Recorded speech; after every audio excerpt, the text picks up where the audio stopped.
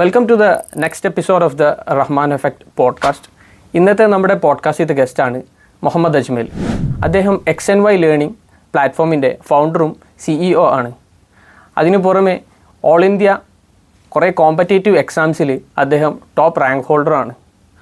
Education related നിങ്ങൾക്ക് കൂടുതൽ അറിയണമെങ്കിൽ അല്ലെങ്കിൽ എഡ്യൂക്കേഷൻ റിലേറ്റഡ് സ്റ്റാർട്ടപ്സിനെ കുറിച്ചിട്ട് നിങ്ങൾക്ക് കൂടുതൽ മനസ്സിലാക്കണമെങ്കിൽ ഈ പോഡ്കാസ്റ്റ് നിങ്ങൾക്ക് യൂസ്ഫുൾ ആവും.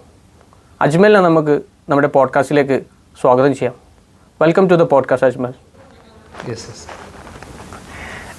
ഫസ്റ്റത്തെ ക്വസ്റ്റ്യൻ തന്നെ, നിങ്ങൾ IIT മദ്രാസിൽ നിന്നാണ് എൻജിനീയറിങ് കഴിഞ്ഞിട്ട് പാസ്സായത്.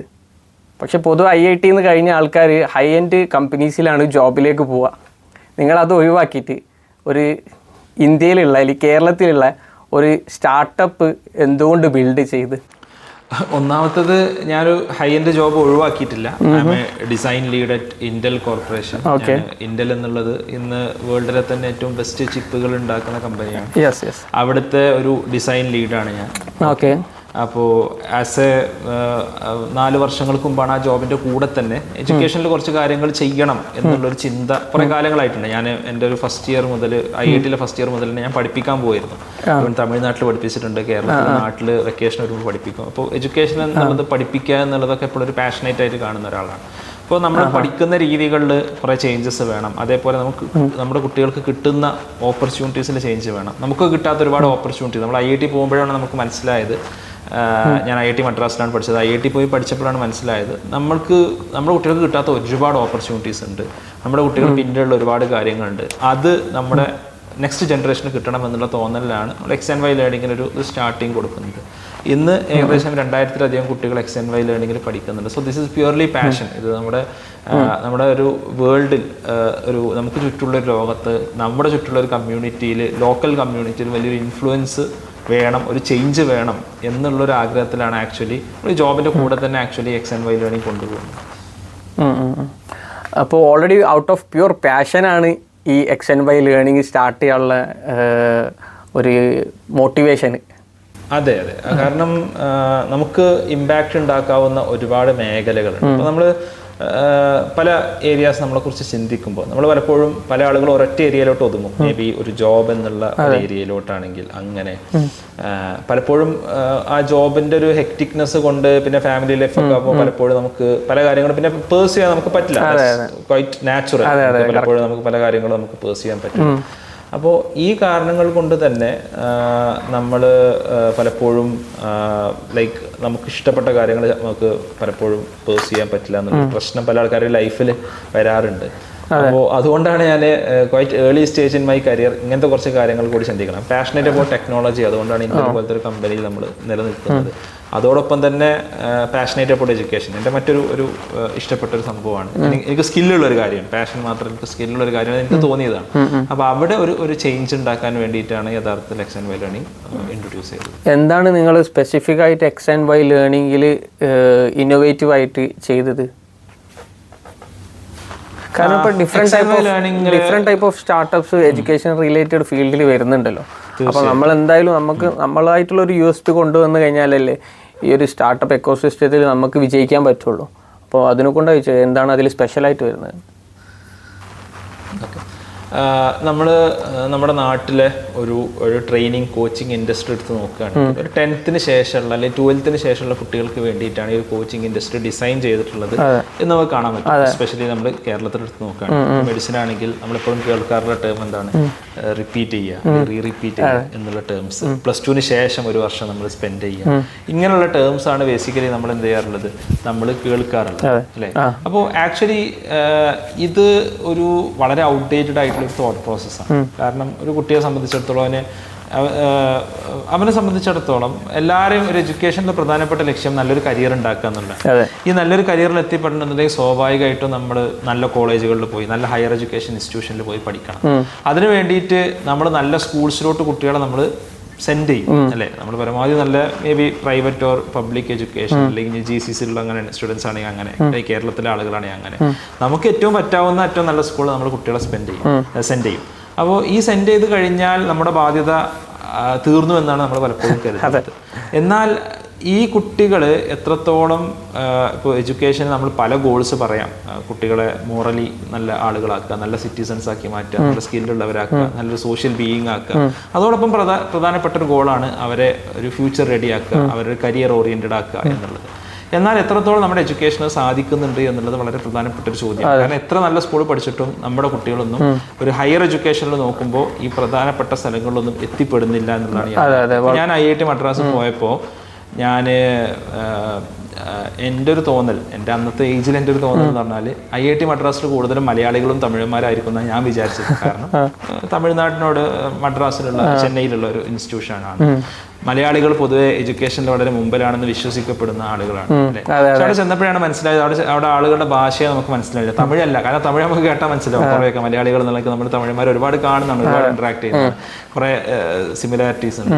തമിഴല്ല. പിന്നെ ഏതാ ഭാഷ നോക്കുമ്പോൾ തെലുഗാണ് കൂടുതൽ ആൾക്കാർ. 70% ആൾക്കാർ തെലുഗ് സംസാരിക്കുന്ന ആൾക്കാരാണ്. ആന്ധ്ര തെലങ്കാന ഏരിയയിൽ നിന്നാണ് ഏറ്റവും കൂടുതൽ ആളുകൾ IITസിൽ ജോയിൻ ചെയ്യുന്നത്. അത് കഴിഞ്ഞാൽ പിന്നെ രാജസ്ഥാൻ, ആന്ധ്ര, തെലങ്കാന, പിന്നെ ബീഹാർ, ഉത്തർപ്രദേശ്. അപ്പോൾ നമ്മൾ ആക്ച്വലി മലയാളികൾ വളരെ കുറവാണ്. ആക്ച്വൽ കണക്കിലെടുക്കുകയാണെന്നുണ്ടെങ്കിൽ 17,000 ആളുകൾ ഓരോ വർഷം അറൌണ്ട് ലെസ് ദാൻ 180 മലയാളികൾ, അറൌണ്ട് 1% മലയാളികൾ മാത്രമേ IIT പോലത്തെ ഇൻസ്റ്റിറ്റ്യൂട്ടിൽ എന്ത് ചെയ്യുന്നുള്ളൂ, എത്തിപ്പെടുന്നുള്ളൂ എന്നുള്ളതാണ് യാഥാർത്ഥ്യം. ഓക്കെ, ഇത് വളരെ നമ്മൾ ഹയർ എഡ്യൂക്കേഷനെ കുറിച്ച് നമ്മൾ സംസാരിക്കുമ്പോൾ നമ്മളെപ്പോഴും 10ാം ക്ലാസ്സിൽ നമുക്ക് 99% വിജയശതമാനമുണ്ട്, +2 80% വിജയശതമാനമുണ്ട്, 100 കണക്കിന് അല്ലെങ്കിൽ 10,000 കുട്ടികൾക്ക് A+ കിട്ടുന്നുണ്ട്. ഈ A+ കിട്ടുന്ന കുട്ടികളൊക്കെ എവിടെ പോകുന്നു എന്നുള്ളൊരു ചിന്ത വളരെ പ്രസക്തമാണ്. കാരണം നമ്മളൊരിക്കലും ഒരു ബിയോണ്ട് 10th-നോ 12th-നോ അപ്പുറത്തുള്ള ഒരു പാസ് പെർസെന്റേജിനെ കുറിച്ച്, എഡ്യൂക്കേഷനെ കുറിച്ച് നമ്മൾ എന്ത് ചെയ്യാറില്ല, നമ്മൾ തീരെ ചിന്തിക്കാറില്ല, നമ്മളതിനെ കുറിച്ച് തീരെ ബോധേഡല്ല, നമ്മളതിനെ കുറിച്ച് ഡിസ്കസ് ചെയ്യാറേ ഇല്ല. അവിടെ നമ്മൾ നിർത്തും. ഓക്കെ, അപ്പോൾ അവിടെ ഹയർ എഡ്യൂക്കേഷൻ ഇൻസ്റ്റിറ്റ്യൂഷൻസിൽ നമ്മൾ കുട്ടികൾ എത്തിപ്പെടുന്നിടത്തൊരു വാക്വം ഉണ്ട്. ഈ വാക്വത്തിന് കാരണം എന്താണ്? ഈ വാക്വത്തിന് മൾട്ടിപ്പിൾ ആയിട്ടുള്ള റീസൺസ് ഉണ്ട്. ഒന്നാമത്തെ റീസൺ എന്നുള്ളത് നമ്മൾ വളരെ ലേറ്റ് ആയിട്ടാണ് ഈ ഗെയിമിലുള്ളത് എന്നുള്ളതാണ്. കാരണം ഈ ഒരു കുട്ടി IIT പോയി പഠിക്കണം എന്നുണ്ടെങ്കിൽ, അല്ലെങ്കിൽ എയിംസിൽ പോയി പഠിക്കണം എന്നുണ്ടെങ്കിൽ, അല്ലെങ്കിൽ IISc പോയി പഠിക്കണം എന്നുണ്ടെങ്കിൽ, ഒരുപാട് ഹയർ എഡ്യൂക്കേഷൻ ഇൻസ്റ്റിറ്റ്യൂഷൻ എവിടെ പോയി പഠിക്കണം എന്നുണ്ടെങ്കിലും അവൻ 10th എത്ര മാർക്ക് വാങ്ങി എന്നുള്ളതോ +2 എത്ര മാർക്ക് വാങ്ങിയോ എന്നുള്ളത് മാറ്റർ ചെയ്യുന്നേ ഇല്ല. അവന് മുഴുവൻ A+ ഉണ്ടോ ഇല്ല എന്നുള്ളത് മാറ്റർ ചെയ്യുന്നില്ല. അവൻ മുഴുവൻ മാർക്ക് +2 പരീക്ഷയ്ക്ക് വാങ്ങിയാലോ അല്ലെങ്കിൽ 12th എക്സാമിന് വാങ്ങിയാലോ അവൻ ആ ഒരു സീറ്റ് കൊടുക്കാൻ പോകുന്നില്ല എന്നുള്ളതാണ് യാഥാർത്ഥ്യം. അവിടെ ഇന്ത്യയെ പോലത്തെ രാജ്യത്ത് നമ്മൾ കോമ്പറ്റേറ്റീവ് എക്സാം എഴുതണം. ഈ കോമ്പറ്റേറ്റീവ് എക്സാമിൽ നമ്മുടെ ചിന്താഗതി നേരത്തെ പറഞ്ഞ പോലെ എല്ലാ കോച്ചിങ് സെന്റേഴ്സും പറയുന്നത് 2 മാസം ഞങ്ങളുടെ കൂടെ പഠിക്കും, അല്ലെങ്കിൽ 1 വർഷം ഞങ്ങളുടെ കൂടെ പഠിക്കും, ഞങ്ങൾ നിങ്ങളെ ഡോക്ടറാക്കാം, ഞങ്ങൾ നിങ്ങളെ എഞ്ചിനീയർ ആക്കാം. ഇതൊരു ഫാൾസ് പ്രോമിസ് ആണ്. കാരണം കഴിഞ്ഞ 2-3 കൊല്ലം കൊണ്ട് പഠിക്കാത്തൊരു കുട്ടി 1 കൊല്ലം കൊണ്ട് കഴിഞ്ഞ വർഷത്തെ ഫുള്ള് പഠിച്ചെടുക്കാം എന്ന് ചിന്തിക്കുന്നത് വളരെ ഇല്ലോജിക്കൽ ആയിട്ടുള്ള തോട്ടാണ്. അപ്പോൾ അവിടെയാണ് നമ്മുടെ ഒരു ഫൗണ്ടേഷൻ പ്രോഗ്രാം ഇൻട്രൊഡ്യൂസ് ചെയ്തത്. അതായത് we should fix this problem at the root. നമ്മളതിൻ്റെ റൂട്ടിൽ ഫിക്സ് ചെയ്യണം. നമ്മുടെ കുട്ടികളെ സംബന്ധിച്ചിടത്തോളം ക്വാളിറ്റി എഡ്യൂക്കേഷൻ പലപ്പോഴും ഹൈസ്കൂളിൽ ലഭിക്കുന്നില്ല. എത്ര നല്ല സ്കൂളാണെങ്കിൽ പോലും അവിടെ ഇത്തരം കോമ്പറ്റേറ്റീവ് എക്സാംസിനെ കുറിച്ച് അവർക്ക് അവയർനെസ് കൊടുക്കുന്നില്ല, അതിൻ്റെ ഒരു പാറ്റേണിൽ അവരെ പഠിപ്പിക്കുന്നില്ല എന്നത് വലിയൊരു പ്രശ്നമാണ്. അപ്പോൾ അവിടെ 6th മുതൽ 10th വരെയുള്ള സ്റ്റുഡൻസിന് ഫൗണ്ടേഷൻ നമ്മൾ സ്റ്റാർട്ട് ചെയ്യാം. So that our 11th and 12th ആകുമ്പോഴേക്കും അവർ കൂടുതൽ എക്യുപ്ഡ് ആയിരിക്കും. 12th കഴിയുമ്പോഴേക്ക്, കാരണം ആക്ച്വലി റിപ്പീറ്റിംഗ് എന്ന് പറഞ്ഞാൽ വളരെ സ്ട്രെസ്ഫുൾ ആണ്. അങ്ങനത്തെ ആംഗിൾ കൂടി അതിനുണ്ട്. ഒരുപാട് സ്റ്റുഡൻസ്, കാരണം അവരുടെ മുമ്പിൽ ആ ഒറ്റ ഗോൾ മാത്രമേ. എന്നുവെച്ചാൽ നമ്മൾ +2 പഠിക്കുമ്പോൾ അങ്ങനെയല്ല. +2 പഠിക്കുമ്പോൾ നമ്മൾ ഒരുപാട് ആക്ടിവിറ്റീസിൻ്റെ ഉള്ളിലാണ് നമ്മൾ ഈ എക്സാംസിന് നമ്മൾ പ്രാക്ടീസ് ചെയ്യുന്നത്, നമ്മൾ പഠിക്കുന്നത്. അവിടെ അവർക്ക് വലിയൊരു സ്ട്രെസ് അനുഭവിക്കേണ്ടി വരില്ല. എന്നാൽ നേരെ മറിച്ച് +1 +2 കഴിഞ്ഞിട്ട് അവർ റിപ്പീറ്റ് ചെയ്യുമ്പോൾ ഹ്യൂജ് സ്ട്രെസ്. ഞാൻ അതിലൂടെ കടന്നു പോയാണ്. Huge stress. കാരണം നമ്മുടെ മുമ്പിൽ ഒറ്റ ഗോളാണ്, ഇത് കിട്ടുമോ കിട്ടൂല എന്നുള്ള ചിന്ത നമ്മുടെ മുമ്പിൽ എപ്പോഴും ഉണ്ടാവും. അപ്പോൾ ഇത്തരം പ്രശ്നങ്ങളൊക്കെ ഒരു കുട്ടി അനുഭവിക്കേണ്ടി വരും. ഇപ്പോൾ 12th കൂടെ ഒരു കുട്ടി കടന്നു പോകുക എന്നുള്ളതാണ് ഏറ്റവും പ്രാക്ടിക്കൽ ആയിട്ടുള്ള സ്റ്റെപ്പ്. ഓക്കെ, ഇതാണ് എന്ത് ചെയ്യേണ്ടത്, നമ്മൾ ആക്ച്വലി ഒരു കുട്ടിയെ കൊണ്ട് ചെയ്യിപ്പിക്കാൻ ശ്രമിക്കേണ്ടത്. ഓക്കെ, ഇതിനെ അവനെ പ്രാപ്തനാക്കാനാണ് ഈ എഡ്യൂക്കേഷൻ ഉള്ളത്. കാരണം 12th അപ്പുറം പുതിയ സിലബസ് ഒന്നും പഠിക്കാനില്ല. അത്രയും കാലം പഠിച്ച സിലബസ് തന്നെയാണ് എന്ത് ചെയ്യേണ്ടത്, ഈ പരീക്ഷയ്ക്ക് ചോദിക്കുന്നത്. പക്ഷേ ആ പരീക്ഷ നേരിടാൻ അവൻ എക്യുപ്ഡ് അല്ല, അല്ലെങ്കിൽ നമ്മുടെ സ്കൂൾസ് തന്നെ എക്യുപ്ഡ് ആക്കുന്നില്ല, ഈവൻ കോച്ചിങ് സെന്റേഴ്സ് എക്യുപ്ഡ് ആക്കുന്നില്ല എന്നുള്ളതാണ് യാഥാർത്ഥ്യം. അവിടെ ആ കുട്ടിയെ ഹെൽപ്പ് ചെയ്ത് അവരുടെ ഫൗണ്ടേഷൻ, അവരുടെ ബേസ് സ്ട്രോങ് ആക്കുക എന്നുള്ളതാണ് XNY ലേണിങ്ങിലൂടെ നമ്മൾ ലക്ഷ്യമിടുന്നത്. പിന്നെ അതിലോട്ട് നമ്മൾ യൂണീക്കായി കൊണ്ടുവരാൻ ശ്രമിച്ച കുറച്ച് കാര്യങ്ങളുണ്ട്. ഫോർ എക്സാമ്പിൾ, ഇപ്പോൾ പഠിപ്പിക്കുന്നത് ആരായിരിക്കണം? ഒരു ഹൈസ്കൂൾ സ്റ്റുഡൻറ്റിനെ നോർമലി പഠിപ്പിക്കാരാണ് ഒരു ഹൈസ്കൂൾ ടീച്ചറാണ്, ഒരു BA BSc ഡിഗ്രി ഉള്ള ആളാണ്. അവർ മോശക്കാരാണെന്ന് എനിക്ക് അഭിപ്രായമില്ല. പക്ഷേ അവർ പലപ്പോഴും ആ സ്കൂൾ എക്സാംസിന് പഠിപ്പിക്കാൻ മാത്രമേ എക്യുപ്ഡ് ആയിട്ടുള്ളൂ. അവരെ സംബന്ധിച്ചിടത്തോളം ഈ കോമ്പറ്റേറ്റീവ് എക്സാംസിനെ കുറിച്ച് അവയർനെസ് ഇല്ല, അവരതിന് കേപ്പബിൾ അല്ല എന്നുള്ളൊരു പ്രശ്നം കൂടി ഉണ്ട്. ഈ കുട്ടികൾ ഇതിൽ അച്ചീവ് ചെയ്യാത്തത്. അപ്പോൾ അതുകൊണ്ട് നമ്മൾ IITians ഡോക്ടേഴ്സ് NITians ഈ പ്രോസസ്സിലൂടെ കടന്നു പോയ ആൾക്കാരെ ടീച്ചേഴ്സായി കൊണ്ടുപോകും, കുട്ടികളുടെ മുമ്പിൽ റോൾ മോഡൽസ് ആയിട്ട് അവതരിപ്പിച്ചു, അവർക്ക് അവർ എക്യൂപ്പ് ചെയ്തു. അതേപോലെ തന്നെ പിന്നെ ഓൺലൈനിലാണ് നമ്മൾ ഈ കാര്യങ്ങൾ ചെയ്യുന്നത്. ഒരു ഓൺലൈൻ പ്ലാറ്റ്ഫോം ഓഫ് എഡ്യൂക്കേഷനെ കുറിച്ച് നമ്മൾ പലപ്പോഴും ഇപ്പോൾ കോവിഡ് സമയത്ത് എഡ്യൂക്കേഷനെ കുറിച്ച് നമ്മൾ ചിന്തിക്കുമ്പോൾ എല്ലാവരും പറയുന്നൊരു പ്രശ്നം എന്താ, കോവിഡ് സമയത്ത് എഡ്യൂക്കേഷൻ തീരെ എഫക്റ്റീവ് അല്ലായിരുന്നു, ഓൺലൈൻ എഡ്യൂക്കേഷൻ തീരെ എഫക്റ്റീവ് അല്ലായിരുന്നു. അതിന് കാരണം എന്താ? കാരണം നമ്മൾ ഒരു ടീച്ചർ ക്ലാസ് റൂമിൽ എന്ത് ചെയ്യുന്നു അതൊരു ക്യാമറക്ക് മുമ്പിൽ അല്ലെങ്കിൽ ഫോണിന് മുമ്പിൽ കൊണ്ടുവരാനാണ് നമ്മൾ ശ്രമിച്ചത്. അതല്ല online education. It's kind of A remote education. അത് വിദൂര വിദ്യാഭ്യാസം എന്നൊക്കെ നമുക്ക് വേണമെങ്കിൽ പറയാം. നമ്മൾ ഓപ്പൺ എഡ്യൂക്കേഷൻ, വിദൂര വിദ്യാഭ്യാസം എന്നൊക്കെ പറയാം. ഓൺലൈൻ എഡ്യൂക്കേഷൻ എന്ന് പറഞ്ഞാൽ നമ്മൾ ഓൺലൈനിലുള്ള പുതിയ ടൂൾസ് ഉപയോഗിച്ച് അതേപോലെ കണ്ടന്റ് പരമാവധി ചുരുക്കി ആളുകളെ ഇന്ററാക്റ്റീവ് ആയിട്ട് ഇന്ററാക്റ്റീവ് ആക്കി അവർക്ക് ഇന്ററാക്റ്റീവ് ടൂൾസ് അവതരിപ്പിച്ച് ഒരു ബ്ലെൻഡഡ് മോഡ് ഓഫ് ലേണിങ്ങിലോട്ട് പോയി എന്നുള്ളതാണ്. വളരെ ഇൻട്രസ്റ്റിംഗ് ആയിട്ടുള്ള ഒരുപാട് കൺസെപ്റ്റ്സ് ഓൺലൈൻ എഡ്യൂക്കേഷൻ ഉണ്ട്, ഫ്ലിപ്ഡ് ക്ലാസ് റൂം പോലുള്ള. അത്തരം കാര്യങ്ങളൊക്കെ ഇംപ്ലിമെന്റ് ചെയ്യാൻ ശ്രമിക്കുക. ഇങ്ങനെ വളരെ സയന്റിഫിക് ആയിട്ട്, കാരണം MIT ഹാർവാർഡ് പോലത്തെ യൂണിവേഴ്സിറ്റീസ് ഒക്കെ ഇത് ചെയ്യുന്നുണ്ട്. So we have A model. ആ മോഡൽ എടുത്ത് നമ്മുടെ നാട്ടിലോട്ട് പ്ലഗ് ചെയ്യുക എന്നുള്ളത് മാത്രം നമുക്ക് ചെയ്യാം. ഇത്തരത്തിലുള്ള ഒരു സ്റ്റഡിയിങ് മോഡൽ, ലേണിംഗ് മോഡൽ കൂടി കൊണ്ടുവരിക എന്നുള്ളതാണ് XNY ലേണിങ്ങിലൂടെ നമ്മൾ ലക്ഷ്യം വെച്ചിട്ടുള്ള കാര്യം. അത് എത്രത്തോളം നിങ്ങൾക്ക് at the moment at the സ്റ്റേജിൽ സക്സസ്ഫുൾ ആയിട്ടുണ്ട്? അത് ഇപ്പോൾ ഒരു ഓൾറെഡി 2500 സ്റ്റുഡൻസ് ഉണ്ട് എന്ന് പറഞ്ഞല്ലോ നിങ്ങൾക്ക്. അപ്പോൾ അത് എഫക്റ്റീവ് ആയിട്ട് വരുന്നുണ്ടെന്ന് നിങ്ങൾക്ക് തോന്നിയിട്ടുണ്ടോ നിങ്ങളിപ്പോൾ സ്റ്റാർട്ട് ചെയ്തത്? തീർച്ചയായിട്ടും. കാരണം നമ്മളൊരു 10 സ്റ്റുഡൻസ് എന്നാണ് സ്റ്റാർട്ട് ചെയ്തത്. നമ്മൾ 2500 സ്റ്റുഡൻസിലോട്ട് എത്തി.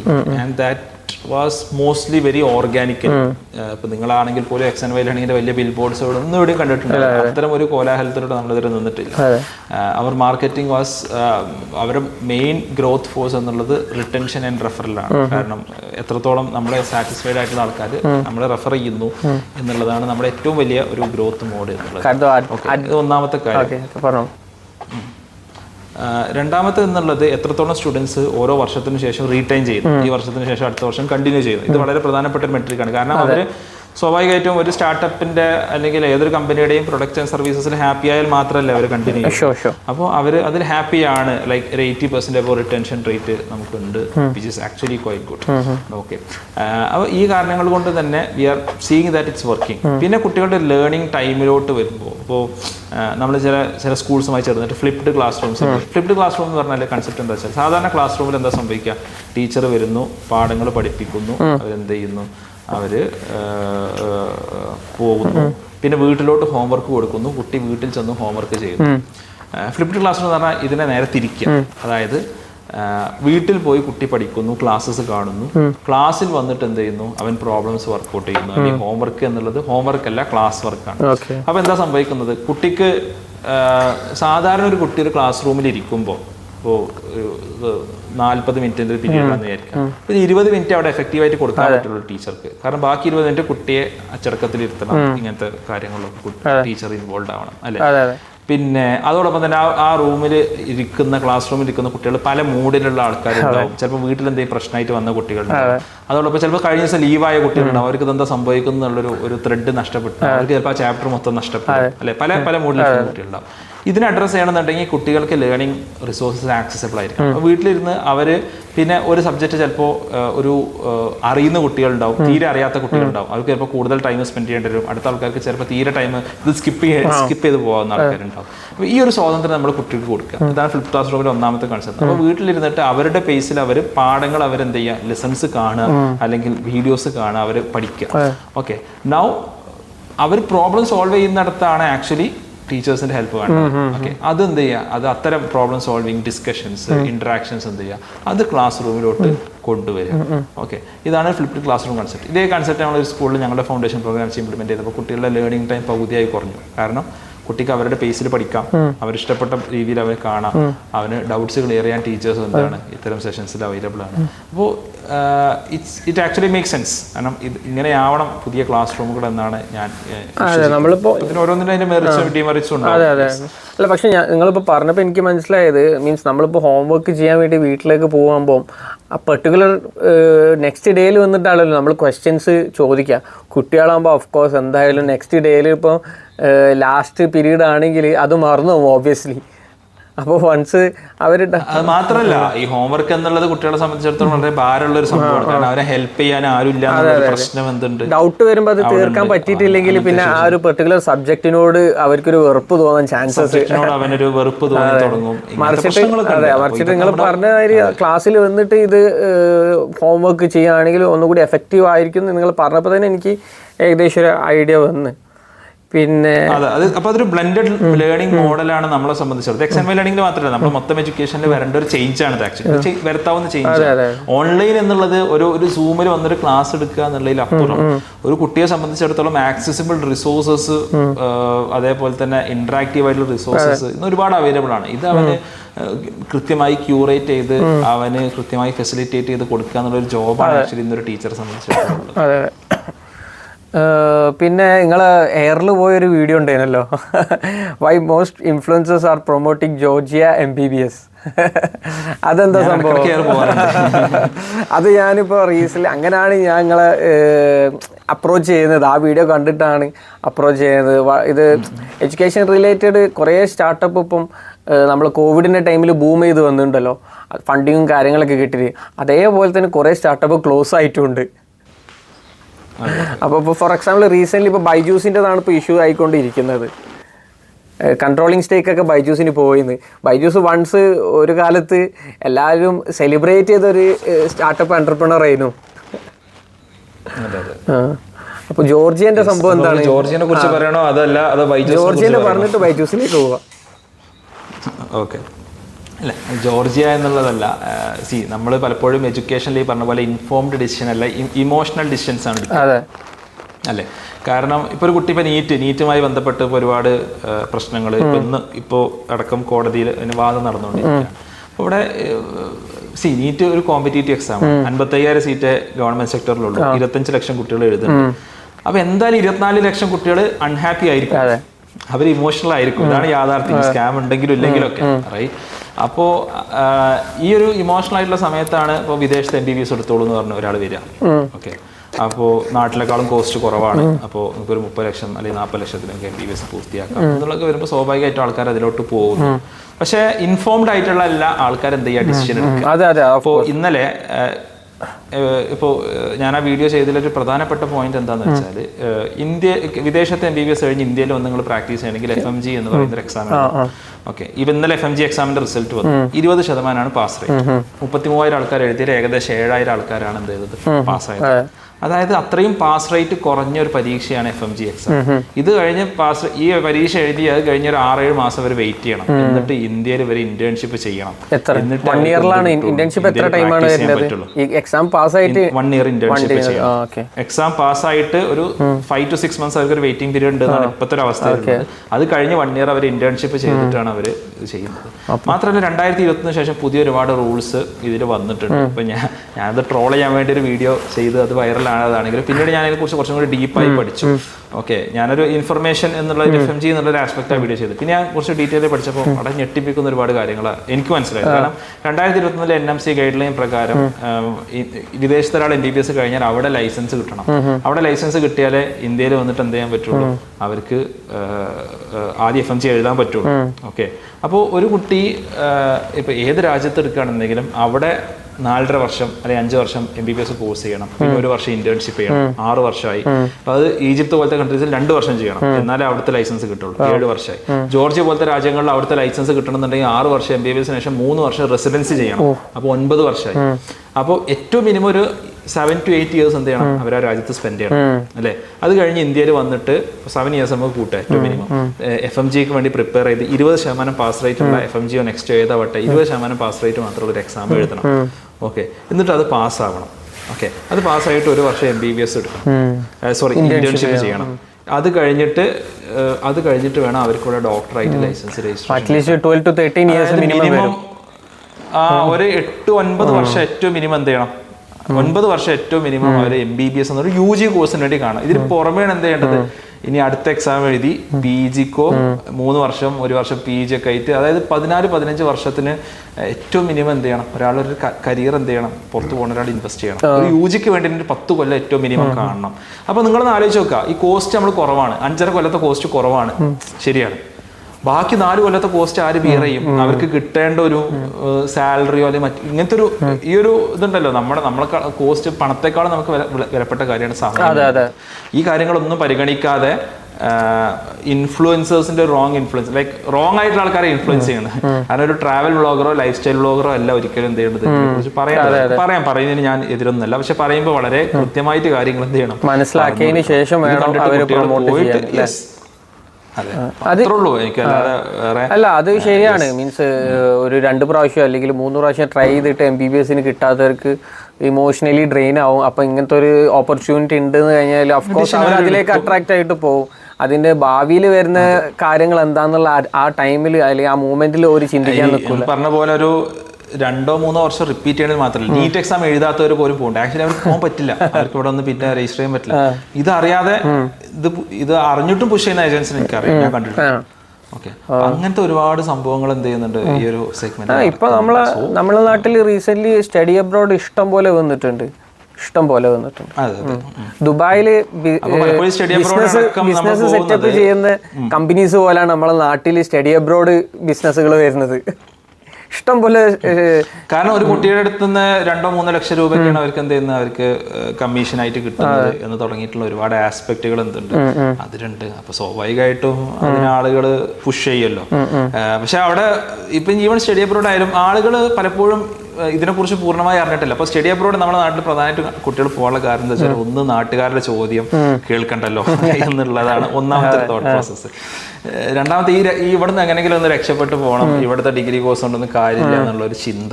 ഓക്കെ, ഇങ്ങനെ മൂന്നാമത്തത് അവിടെ പോയിട്ട് പാർട്ട് ടൈം ആയിട്ട് വർക്ക് ചെയ്ത് എന്തെങ്കിലുമൊക്കെ സമ്പാദിക്കാലോ എന്നുള്ള ചിന്ത. ഈ 3 കാര്യങ്ങൾ കൊണ്ടാണ് പൊതുവെ സ്റ്റഡി അബ്രോഡിന് പോയതായിട്ട് എനിക്ക് തോന്നുന്നത്.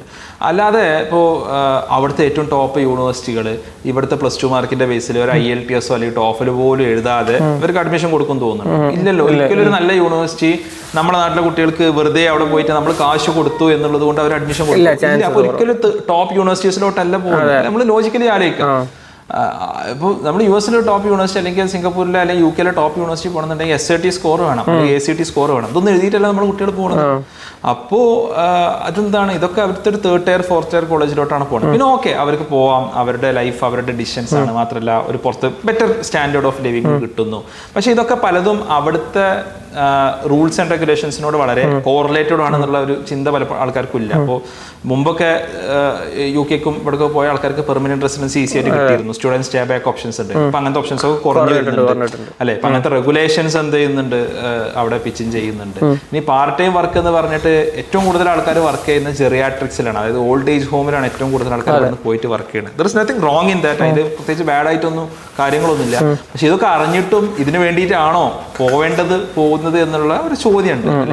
ഇതൊക്കെ ആളുകൾ അറിഞ്ഞെടുക്കേണ്ട, നമ്മൾ എന്ത് കോഴ്സിന് പോകുന്നു, എങ്ങനെ പോകുന്നു, ഇത് കഴിഞ്ഞാൽ നമുക്കുള്ള ഓപ്പർച്യൂണിറ്റീസ് എന്തെല്ലാമാണ്, ആ രാജ്യത്തെ നിയമങ്ങൾ എന്തെല്ലാമാണ്, ഇവിടെ തിരിച്ചു വന്നാൽ ആ ഡിഗ്രീസ് എത്രത്തോളം അംഗീകൃതമാണ് എന്നുള്ള ഒരുപാട് ചോദ്യങ്ങൾ ഉണ്ട്. അപ്പോൾ ഈ ചോദ്യങ്ങൾക്കൊക്കെ നമുക്ക് കുറച്ച് ക്ലാരിറ്റി ഉണ്ടാക്കിയിട്ട് പോകുന്നതാണ് എന്ത് നല്ലത് എന്നുള്ളതാണ്. ലൈക്ക് ഒരു ജനറേഷൻ ഇത് ഓക്കെ ആയിരിക്കും. മുമ്പ് ഇതിന്റെ ഫസ്റ്റ് വേവിൽ പോയ ആൾക്കാരെ സംബന്ധിച്ചിടത്തോളം അവരൊക്കെ രക്ഷപ്പെട്ടു പോയിട്ടുണ്ടാവും. നെക്സ്റ്റ് വേവിലാണ് ഈ റെഗുലേഷൻസ് ഒക്കെ പിച്ചിങ് ചെയ്യുക. ഇത് പലപ്പോഴും എന്ത് ചെയ്യില്ല, ആൾക്കാർ തീരെ ശ്രദ്ധിക്കുക എന്നുള്ളതാണ് യാഥാർത്ഥ്യം. ഇത് മനസ്സിലാവണമെന്നുണ്ടെങ്കിൽ നമുക്കൊരു 4-5 വർഷം കഴിയും. പിന്നെ നിങ്ങൾ പറഞ്ഞല്ലോ IIT-യിൽ നമ്മളെ മല്ലൂസ് കേരളത്തിൽ നിന്ന് ആൾക്കാർ സ്റ്റുഡൻസ് വളരെ കുറവാണെന്നല്ലേ. ഒരു സ്റ്റുഡൻറ്റിന് എങ്ങനെ IIT-യിൽ കയറാൻ പറ്റും? അതിന് കുറച്ച് ടിക്സ് ഉണ്ടാവുമല്ലോ, നിങ്ങൾ ഓൾറെഡി അവിടെ പഠിച്ച ആളായതിനെ കൊണ്ട്. IIT-ൽ പോകണമെന്നുണ്ടെങ്കിൽ നമ്മൾ ഇപ്പോൾ JEE അഡ്വാൻസ്ഡ് എന്ന് പറയുന്ന ഒരു എക്സാം ക്ലിയർ ചെയ്യണം. വേൾഡിലെ തന്നെ 2nd ഹാർഡസ്റ്റ് എക്സാംസിലായിട്ടാണ് എന്ത് ചെയ്യുന്നത് JEE അഡ്വാൻസ്ഡ് അറിയപ്പെടുന്നത്. എത്ര സ്റ്റുഡൻസ് ആണ് ഏകദേശം ഒരു ഇയറിൽ അതിൽ എഴുതുന്നത്? 15 ലക്ഷം ആൾക്കാർ ഇതിന്റെ ഫസ്റ്റ് ലെവലായ JEE മെയിൻ എഴുതും. അതിൽ നിന്ന് 2.5 ലക്ഷം ആൾക്കാരെ ചൂസ് ചെയ്യും. എന്നിട്ട് JEE അഡ്വാൻസ്ഡിൽ എത്തും. അതിൽ നിന്ന് ഏകദേശം ഒരു 17,000 സീറ്റിലോട്ട് വേണ്ടിയിട്ടാണ് എന്ത് ചെയ്യുന്നത് ഇവർ മത്സരിക്കുന്നത്. അതിൽ തന്നെ ഇപ്പോൾ ടോപ്പ് IITs ഏകദേശം ഒരു 6,000-7,000 സീറ്റ്സ് ആണ് ഉണ്ടാവും. ഓക്കെ, അപ്പോൾ അതിൽ ഏകദേശം എത്ര വരുന്നത് ടോട്ടൽ വെച്ച് നോക്കുമ്പോൾ? പാസിംഗ് പെർസെന്റേജ് ഏകദേശം ഒരു 0.1% ആണ് വരുന്നത്. ഒരാളോട് മാത്രം അതിലെന്ത് ചെയ്യും, നിങ്ങൾ ഓൾറെഡി അത് കടന്ന ആളതിനെ കൊണ്ട് അതിലേക്ക് അല്ലെങ്കിൽ IIT-യിലേക്ക് പോകാനുള്ള ആൾക്കാർക്ക് എന്തെങ്കിലും ടിപ്പോ അല്ലെങ്കിൽ എന്തെങ്കിലും കാര്യങ്ങൾ കൊടുക്കാം? എപ്പോഴും ഈ ഒരു അവർക്ക് IIT പോകണം എന്നുള്ളതിന് സ്റ്റാർട്ട് ചെയ്യണം, ചിന്തിക്കാൻ തുടങ്ങണം? അപ്പൊ നിങ്ങൾ പ്ലസ് ടു കഴിഞ്ഞിട്ട് സ്റ്റാർട്ട് ചെയ്തിട്ട് കാര്യമില്ല എന്നുള്ളത്. പ്ലസ് ടു കഴിഞ്ഞിട്ട് IIT എന്തായാലും സ്റ്റാർട്ട് ചെയ്തിട്ട് പ്രത്യേകിച്ച് കാര്യമൊന്നുമില്ല. ഓക്കെ, ഇത്തവണ വേദ് ലഹോട്ടി എന്ന് പറഞ്ഞൊരു കുട്ടിക്കാണ്, അവന് JEE ഹിസ്റ്ററി തന്നെ ഏറ്റവും ടോപ്പ് മാർക്ക് വാങ്ങിയിട്ടാണ് അവൻ എന്ത് ചെയ്തിട്ടുള്ളത്, അവന് ഇത്തവണ 1ാം റാങ്ക് വാങ്ങിയിട്ടുള്ളത്. അവൻ 2024 എക്സാം എഴുതാൻ വേണ്ടി 2017 അവന്റെ പ്രിപ്പറേഷൻ സ്റ്റാർട്ട് ചെയ്തിട്ട് കഴിഞ്ഞ 7 years. പ്രിപ്പറേഷൻ സ്റ്റാർട്ട് ചെയ്യാന്ന് പറഞ്ഞാൽ റൂമിൽ കുത്തിരുന്ന് പഠിക്കുക എന്നുള്ളതല്ല അർത്ഥം. ഈ വഴിയിലുള്ള ഒരുപാട് കോമ്പറ്റേറ്റീവ് എക്സാംസ് ഉണ്ട്. ഇപ്പോൾ അവൻ ഒളിമ്പ്യാഡ് വിന്നേഴ്സ് ആണ്. ഇപ്പോൾ ഹൈസ്കൂൾ സ്റ്റുഡൻസിന് അടക്കം ഒളിമ്പ്യാഡ്സ് എഴുതാൻ പറ്റും, ഗവൺമെന്റിന്റെ ഒളിമ്പ്യാഡ്സ് എഴുതാൻ പറ്റും, ഇത്തരം ഒളിമ്പ്യാഡ്സ് എന്ത് ചെയ്യാൻ പറ്റും, നമ്മുടെ കുട്ടികൾക്ക് എഴുതാൻ പറ്റും, മറ്റ് സ്കോളർഷിപ്പ് എക്സാംസ് എഴുതാൻ പറ്റും, മാത്സിലും സയൻസിലും അതിന് നല്ല ബേസിക്സ് ബിൽഡ് ചെയ്യാൻ പറ്റും. നമ്മുടെ ഫൗണ്ടേഷനിൽ നമ്മൾ ലക്ഷ്യം വെക്കുന്നതാണ് ഇങ്ങനെ സ്ട്രോങ് ആയിട്ട് കുട്ടികളെ ആക്കി കൊണ്ടുവരിക എന്നുള്ളത്. അപ്പോൾ കൂടുതൽ ഓപ്പർച്യൂണിറ്റീസിനും എക്സ്പോസ്ഡ് ആവുക, സയൻസ് ആൻഡ് മാത്സിൽ ഹൈസ്കൂൾ ലെവലിനോ കുറച്ചുകൂടി ഫോക്കസ് ചെയ്യുക, എന്നിട്ട് ബിൽഡപ്പ് ചെയ്ത് കൊണ്ടുവരിക. 11th and 12th നമ്മൾ അൾട്ടിമേറ്റ് JEE എക്സാമിന് വേണ്ടിയിട്ടുള്ള ഒരു പഠിത്തം നമ്മൾ പൂർണ്ണമായിട്ട് പഠിക്കും. ഇതാണ് അതിൽ ചെയ്യാനുള്ളത്. പിന്നെ ഇതില് കൂടുതൽ ട്രിക്സ് ഒന്നുമില്ല, ഇതിൽ അൾട്ടിമേറ്റ്ലി ഹാർഡ് വർക്കാണ് പേ ഓഫ് ചെയ്യുക. അല്ല, എന്നാലും ഞാൻ പറയുന്നത് ചിലപ്പോൾ ചില ആൾക്കാർ പഠിക്കുന്ന ടെക്നിക്ക് വ്യത്യാസം ഉണ്ടാവുമല്ലോ. മീൻസ് ഇപ്പം ഇങ്ങനത്തെ ചില കാര്യങ്ങൾ നമുക്ക് കൂടുതൽ മൈൻഡിൽ നിൽക്കാൻ വേണ്ടിയിട്ടുള്ള കുറച്ച് കാര്യങ്ങളൊക്കെ ഉണ്ടാവുമല്ലോ. അങ്ങനത്തെ എന്തെങ്കിലും കാര്യങ്ങളുണ്ടോ എന്ന് ഞാൻ ഉദ്ദേശിച്ചത്. പ്രത്യേക രീതി, ഫോർ എക്സാമ്പിൾ നമ്മളൊരു 10 പേജിൻ്റെ അത് ഷോർട്ട് ആക്കിയിട്ട് അതിലുള്ള മെയിൻ ഒരു 10 പോയിന്റ്സ് മാത്രം പഠിച്ചു കഴിഞ്ഞാൽ നമുക്ക് അത്രക്കും പഠിക്കേണ്ട ആവശ്യമുണ്ടല്ലോ. അങ്ങനെ എന്തെങ്കിലും പഠിക്കുന്ന ഏതെങ്കിലും രീതി ഉണ്ടോ എന്ന് ഞാൻ ഉദ്ദേശിച്ചത്. യെസ്, അപ്പോൾ നമ്മൾ ലേണിംഗ് എന്നുള്ളൊരു ആസ്പെക്റ്റിലോട്ട് പോവുകയാണെന്നുണ്ടെങ്കിൽ അവിടെ ഏറ്റവും പ്രധാനമായിട്ടും എനിക്ക് തോന്നിയിട്ടുള്ളത് നമ്മൾ കുറേ വായിച്ച് പഠിക്കുന്ന ആൾക്കാരാണ്. അത് ഒരിക്കലും വർക്കാവുന്നൊരു, സയൻറ്റിഫിക്കലി സ്പീക്കിംഗ് വർക്കാവുന്നൊരു സംഭവം. അപ്പോൾ ജനറേഷൻ എഫക്റ്റ് എന്ന് പറഞ്ഞൊരു സംഭവമുണ്ട്. ജനറേഷൻ എഫക്റ്റ് എന്ന് പറഞ്ഞാൽ നമ്മൾ കാര്യങ്ങൾ ബ്രെയിൻ കൊണ്ട് ജനറേറ്റ് ചെയ്യാൻ ശ്രമിക്കുമ്പോഴാണ് നമ്മൾ റീഡ് ചെയ്യുന്നതിനേക്കാളും നമുക്ക് ബെറ്റർ ഗ്രാസ്പ് ആവുക എന്നാണ് ജനറേഷൻ എഫക്റ്റ് പറയുന്നത്. സാധാരണ ഇപ്പോൾ ടീച്ചേഴ്സ് പറയാൻ നിങ്ങൾ പുസ്തകം 5 തവണ വായിക്കണം, 10 തവണ വായിക്കണം, അതിലൊരിക്കലും വിശ്വസിക്കാത്ത ഒരാളാണ്. ഈവൻ സയന്റിഫിക്കലി ശരിയല്ല. സയൻസ് ലേണിങ്ങിന്റെ ഒരുപാട് പേപ്പേഴ്സ് നമുക്ക് വായിച്ചാൽ മതി. നേരെ മറിച്ച് നമ്മുടെ ബ്രെയിനിന് നമ്മൾ വർക്ക് കൊടുക്കുമ്പോഴാണ് നമ്മുടെ ലേണിംഗ് സംഭവിക്കുക. ഓക്കെ, ഏതുപോലെ നമ്മൾ കുറേ ജിമ്മിൽ പോയി കുറേ മസിൽസ്, എന്താ പറയുക, ഇന്ന് പോയിട്ട് നമ്മൾ വെയിറ്റ് ഇട്ടാൽ നമ്മുടെ മസിൽസ് ബിൽഡ് ആവില്ല അല്ലേ. നമ്മളൊരു 40-50 ഡേയ്സ് അല്ലെങ്കിൽ നമ്മൾ അത്യാവശ്യം ദിവസങ്ങൾ നമ്മുടെ മസിൽസിന് നമ്മൾ സ്ട്രെയിൻ കൊടുക്കുകയാണെന്നുണ്ടെങ്കിൽ അല്ലെങ്കിൽ എന്ത് ചെയ്യും, നമ്മുടെ മസിൽസ് ബിൽഡ് ആവാൻ നമുക്ക് കൂടുതൽ വെയിറ്റ് എടുക്കാൻ പറ്റും. അതേപോലെ തന്നെ നമ്മുടെ ബ്രെയിനിന് നമ്മൾ വർക്ക് കൊടുക്കുകയാണെന്നുണ്ടെങ്കിലാണ് നമുക്ക് കൂടുതൽ കാര്യങ്ങൾ നമ്മുടെ ഓർമ്മയിൽ നിൽക്കും. ഓക്കെ, അപ്പോൾ അതിന് നമുക്ക് വേണ്ടത് കൂടുതൽ പ്രോബ്ലം സോൾവിങ് ആണ്. ഏറ്റവും കൂടുതൽ ക്വസ്റ്റ്യൻസ് സോൾവ് ചെയ്യുക, എസ്പെഷ്യലി ജയിലോട്ട് വരുമ്പോൾ ഏറ്റവും കൂടുതൽ പ്രോബ്ലംസ് നമ്മൾ സോൾവ് ചെയ്തുകൊണ്ടേയിരിക്കുക. രണ്ടാമത്തെ കാര്യം നമ്മൾ ജനറേറ്റ് ചെയ്യാൻ ശ്രമിക്കുക എന്നുള്ളതാണ്. അതായത് നമ്മളിപ്പോൾ ഒരു വിഷയം പഠിക്കാനിരിക്കുമ്പോൾ നമ്മളത് നമ്മളത് വായിച്ച് പഠിക്കുക എന്നുള്ളതിന് പകരം ഫസ്റ്റ് നമ്മളൊന്ന് ജനറേറ്റ് ചെയ്യാൻ ശ്രമിക്കുക. നമുക്ക് എന്തൊക്കെ അതിലറിയാം, അപ്പോൾ നമുക്ക് മനസ്സിലാവും എന്തൊക്കെ അറിയാൻ അറിയില്ല എന്നുള്ളത്. മേ ബി അറിയാത്ത കാര്യങ്ങൾ കൂടുതൽ ഫോക്കസ് ചെയ്ത് അടുത്തൊരു വായനയിൽ അറിയാത്ത കാര്യങ്ങളിൽ കൂടുതൽ ഫോക്കസ് ചെയ്യാം. ഈ രീതിയിൽ നമുക്ക് നമ്മുടെ ഒരു പഠനത്തെ റീഓറിയൻറ്റ് ചെയ്യുക എന്നുള്ളതാണ് പറയാനുള്ളത്.